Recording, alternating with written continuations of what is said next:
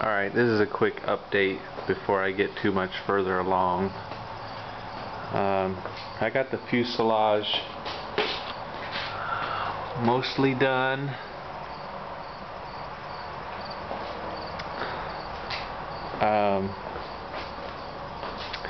I got the wing almost done. I got a magnetic battery door.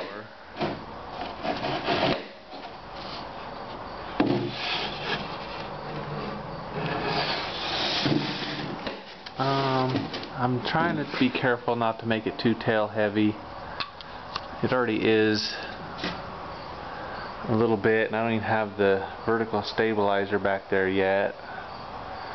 I tried to put enough fuselage area ahead of the wing to mount my batteries all the way up here.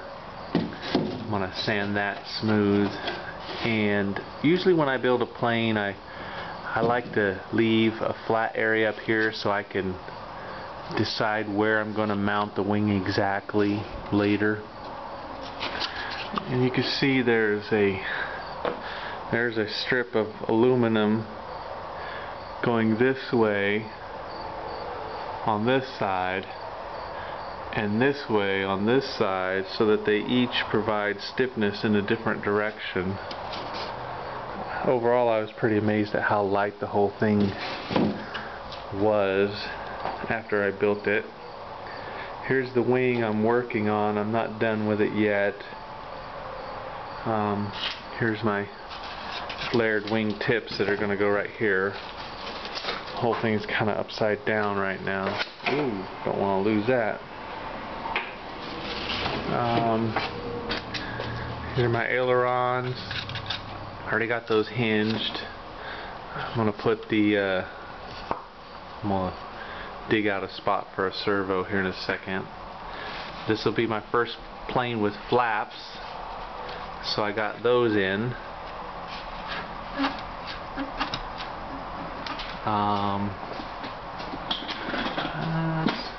That's about it. The wingspan's going to be about 86.5 inches when it's all done, and the chord is 10 inches, so it'll be about 860 square inches total wing area. Oh, I wanted to show you this. I got my LED strip in. It's actually red, blue, and green. I don't know if I'm going to put it on this plane or not. Let me show you how that works. See, those are the blue, and depending upon which electrode I attach it to, I can also do green and red.